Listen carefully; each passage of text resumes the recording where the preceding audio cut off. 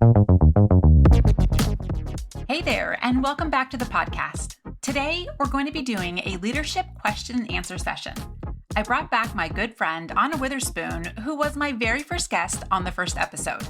I had such a great time talking with her, I thought we'd come together again and review some leadership questions I've received. A'na will ask the questions, and you'll get both of our insights on the answer. If you have a question you'd like answered on the podcast, be sure to send it to podcast@monicabrooks.com. Ready to get started? All right, let's go. All right, A'na, I am thrilled to have you back again. My first repeat guest. So welcome. Thank you. Thank you. Glad to be here. I was so excited about the first one. So thanks for having me back. Absolutely. And I had such good feedback from that podcast. And I'm going to tell you what almost everybody said. It was almost the same thing. When you said that you found your voice, because people had told you that you're saying things wrong and you didn't have the confidence, that is what really resonated with so many people. Even my husband was like, he got choked up hearing you say that, because I don't think you realize how many people lack the confidence in using their voice. And just to hear you talk about that was just very inspiring for so many people. Yeah. Thank you for even sending me a lot of the feedback that you were getting. It was very encouraging for me. And I'm not used to hearing positive feedback regarding my speech. The feedback people gave me, as well as you sharing that with me, it was really impactful for me. So thank you. You're welcome. This whole thing has been a really good experience. So yeah, well, that's why I wanted to bring you back as well, because we talked about the experience you had on the podcast, and I was like, okay, well, what else can we do to continue using your voice, building your confidence? And I thought, you know what, let me bring A'na back. Let's do some leadership question and answers. And I figured we can talk about that together. And I feel like it's kind of like how it used to be, like in the workplace, where you would come to me with questions and we would just kind of talk through it. And the one thing I loved about you when that would happen is you would be like, this light bulb would go on and you're like, oh, okay. And then you would go put it into practice. It's one thing to hear someone say something and you agree with it. It's another thing to be like, all right, now I'm going to go do exactly what she said in my own way. And then you would come back and tell me the results. But, I have to force myself to do it. You have to really go through it, so yeah. But I think even in life, we can get the best advice in the whole world and you can be like, oh man, that's so good. But if you're not willing to really put it into practice, then it's futile. There's no point to it. Yeah. So I think that's one of the best things I enjoyed about you is you were willing to listen. You were willing to take that advice and put it into practice. And then you would come back and tell me how it went. Sometimes the advice didn't work and sometimes it did. But I've always said that because of that, when I have a business that needs another person, you're going to be the first person I come to. I trust you. You're a good worker. We get along now. You're right. We've come a long for way. years now. Yes, we've been getting along for quite some time. Yes, that's not just recent. So I just can't wait for that time to be like, A'na, I need your help. So, but for now, I need your help. I'm going to have you read some questions that I've received, and then I kind of want to answer them, but also have some dialogue with you and get your thoughts as well. How does that sound? That sounds great. I am going to pull it up here if you don't mind. And hopefully you don't mind, but I did add a couple for myself as well. I was thinking this would be some good questions to ask you as well. I mean, you know me, I'm an overachiever. So try to be. Do you want to start with your questions then? Okay. Yeah. You decide. Okay. That would be good. So one of the first questions I think about when you have someone going into a leadership role for the first time, let's say, and, so many different components. So one of the challenging things for me when I, took on the interim manager role, for instance, or even just the lead role as an analyst, more so for the management, because it came down to personnel issues. And so that piece was very challenging. So I wonder, what advice would you give someone that is struggling with personnel issues? So what advice would I give to a leader, someone who's in a leadership, or just maybe even anybody, right? Because we're all going to have those issues to deal with them. I think that's a great question because we're always going to have that conflict. And so I think it's one, being prepared for that, knowing that this isn't just a job of, I'm going to tell the department how to do things and solve their problems. you really have to remember that you're in the business of people. I don't care Mhm. what department, what industry, we are people, we have backgrounds, we have stories, we have challenges that we go home to. And so it's first and foremost, remember that we're all people. The second one, which I mentioned on another podcast, is to always remember that it's not going to be personal. The personnel issues that we had, or that other issues we may face with people, it's never personal. It's usually just something someone is dealing with on their own. They don't know how to address it. They don't know how to deal with conflict. And so it's just keeping things in perspective when you have personnel issues.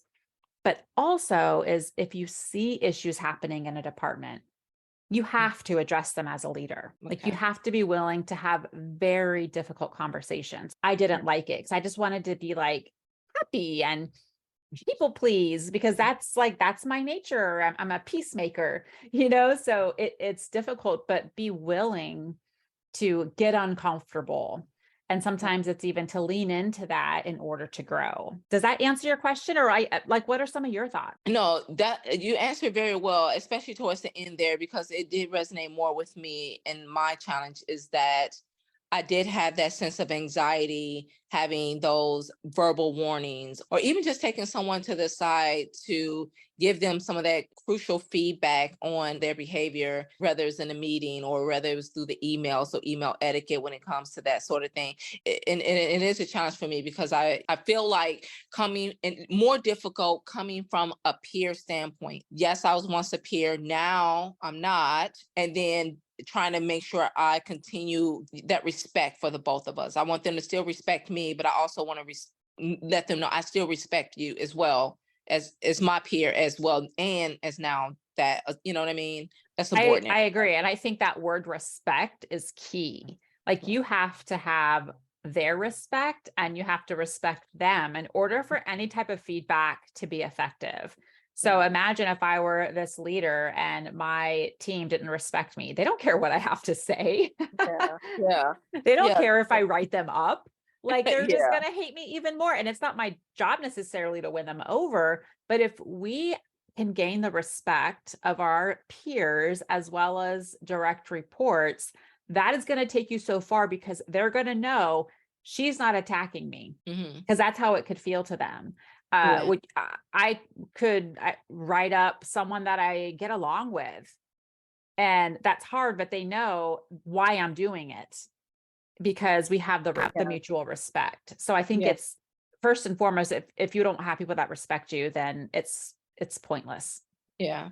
And I think one thing I learned too is fostering those the trust, you know what I mean? Continue to build that trust with the team to the point where I would hope they would know, if I'm having this conversation, it has to be serious. I'm not just kind of, like, you have to know that I'm not here to pick on you, or, really kind of point you out of everyone else or anything like that. So I think also with respect comes also with continue to building that trust with the team. So Yeah. And I that's think what I found out. one of the things that you and I did, I don't know if you were in the department at the time, but we shared part of our stories that made us a little vulnerable, sides of us that people really didn't know. And it really humanized us.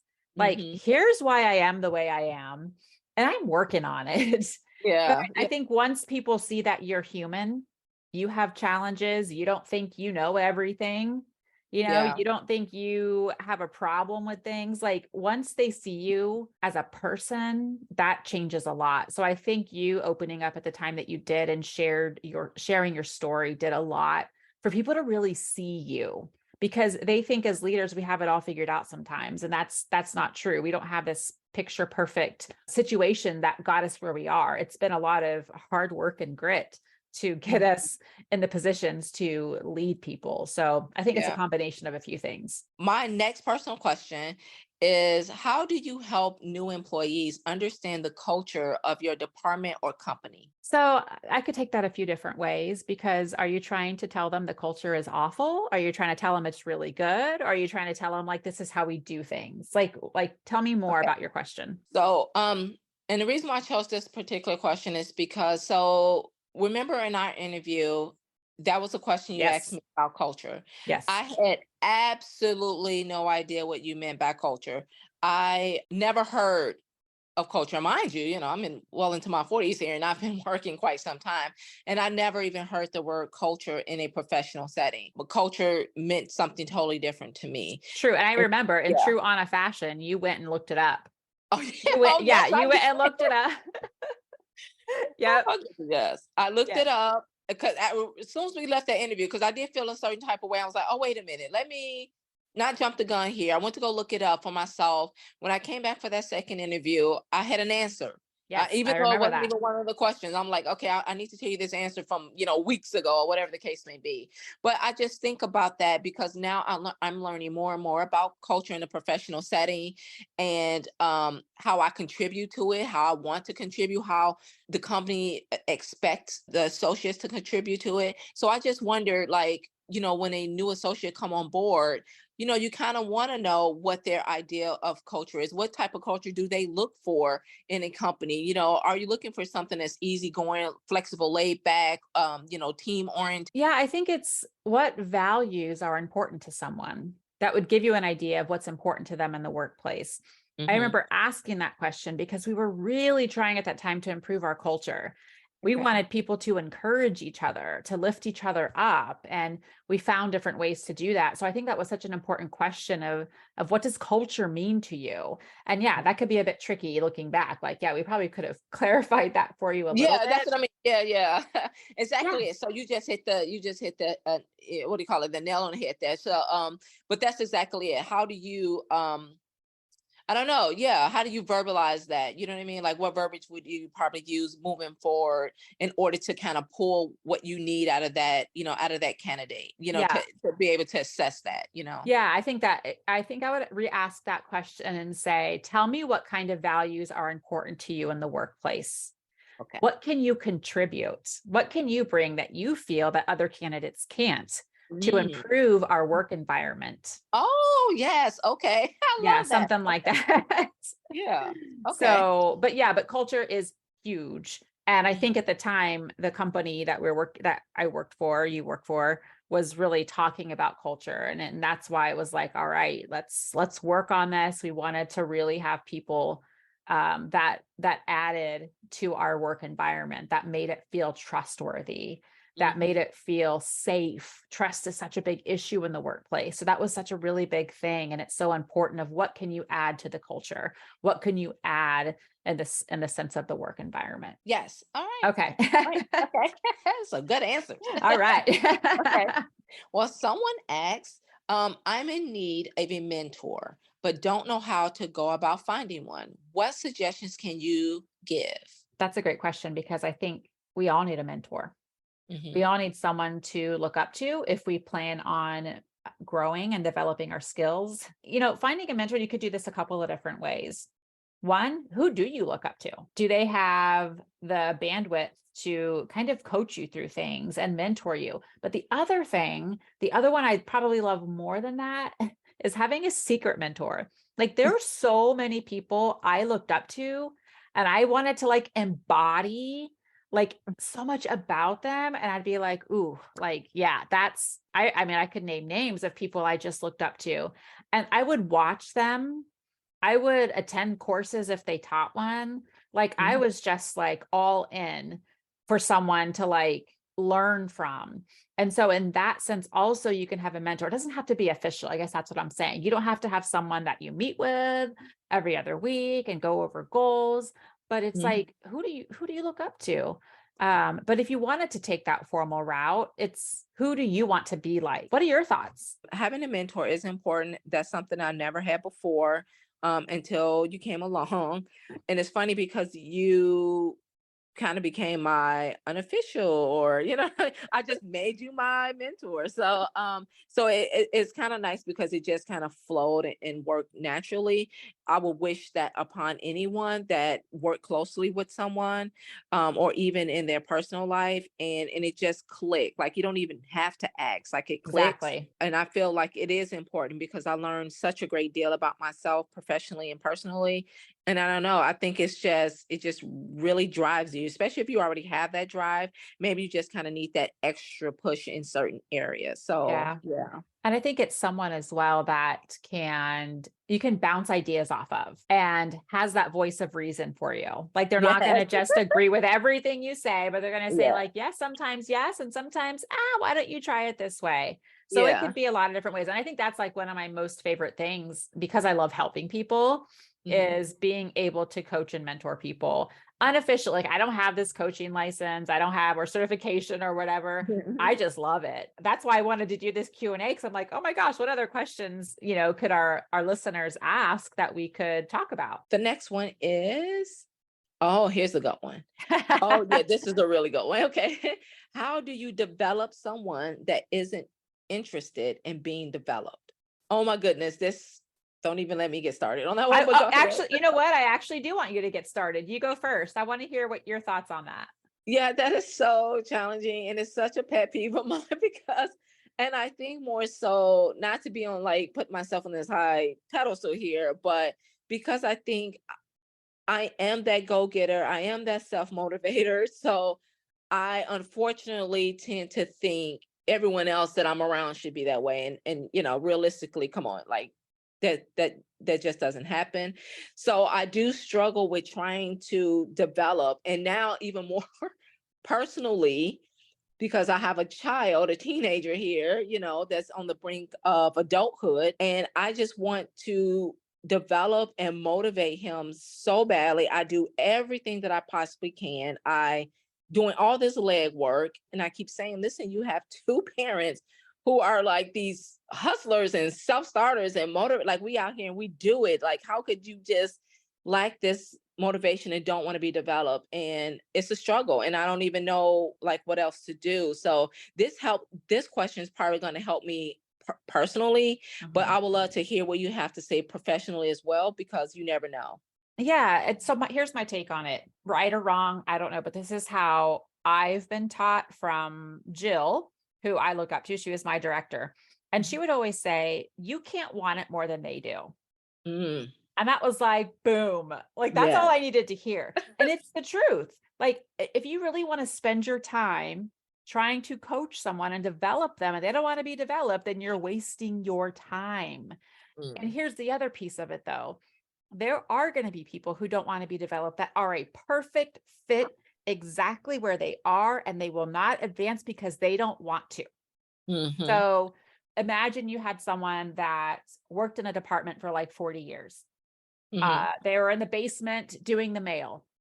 You need someone to open the mail. And if Yeah, that's what that person wants to do for the rest of their career and they don't want to be developed, I'm not going to spend my time developing them. yeah, That's what they want to do. And so you just look at it that way, that there is a place for everyone. And I used to get so frustrated because I would like, come on, let's get developed. Let's set goals. Let's have one-on-ones. People just don't care. yeah, They don't yeah, care as much as I do. So why would I spend that kind of time trying to develop them if they are okay and they're going to retire in that department because they've been there for 30 or 40 years and I'm going to get my time back and some of my sanity. But you can't change someone that doesn't want to be changed. Well, one aha moment then for me in this scenario is going to be exactly what Jill said, was that you can't want it more than them.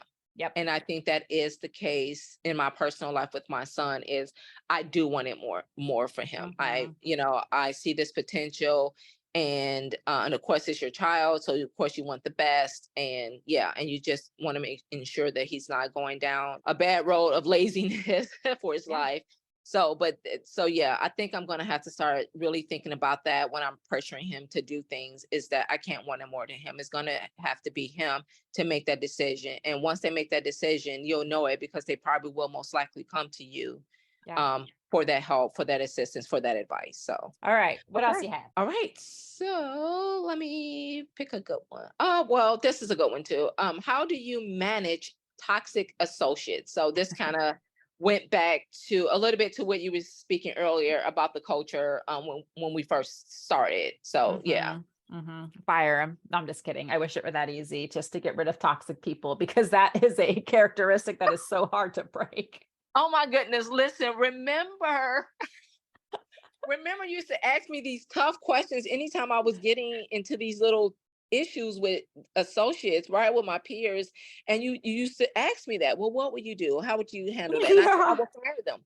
I will let them go. Because that's the culture and environment I was raised up in. Mhm. Mhm. Um, company wise. Yeah, they didn't have no problem giving pink slips, but I know the culture is, and the way that business is being ran is way different from that now, of course. It So it's funny is. you said that, because I'm like, oh, okay, don't take me back, because I don't feel Yeah. that way now. Yeah. Well, Yeah. I think with toxic people, it's another just, oh, it's so tough because they don't realize how toxic they are. And it's a behavior that you cannot let go. Like, you have to be willing to talk to them about the impact they're having on other people and to be real with it. Like, here's what's happening. Man, I loved calling people out on gossip. Like, Yeah. I love saying, like, hey, this, or before I was even like a manager, people would come to me and try to gossip. I'd be like, nope, not for Yeah. me.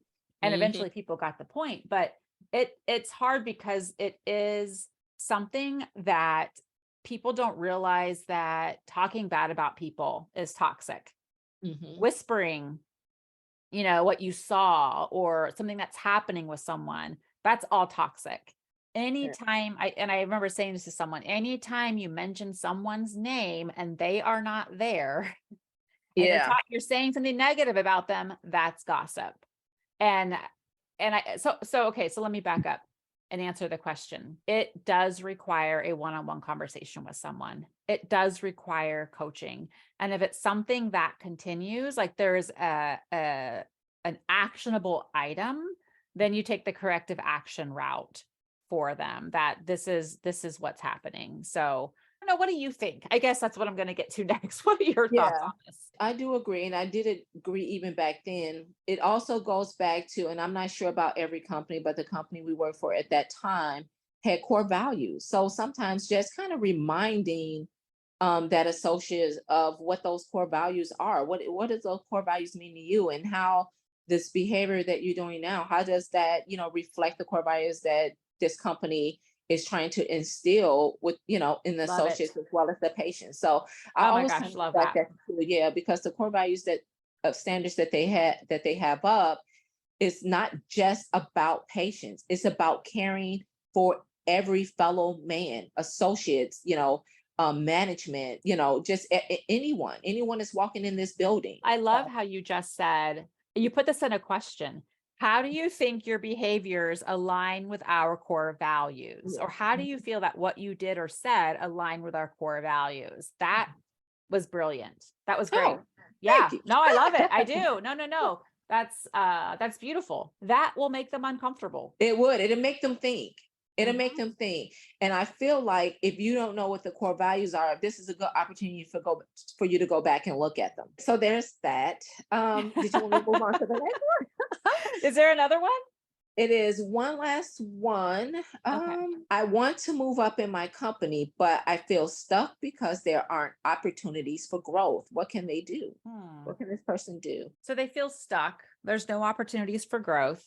What Uh-huh. could they do? I Yeah. mean, they could look elsewhere, clearly. That's Yeah. always an option.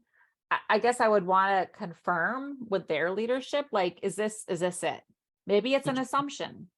Is it clear that there isn't anywhere? Because sometimes you just go off of, oh, well, I see how this works, how the ladder works, and there's nowhere to go. Yeah.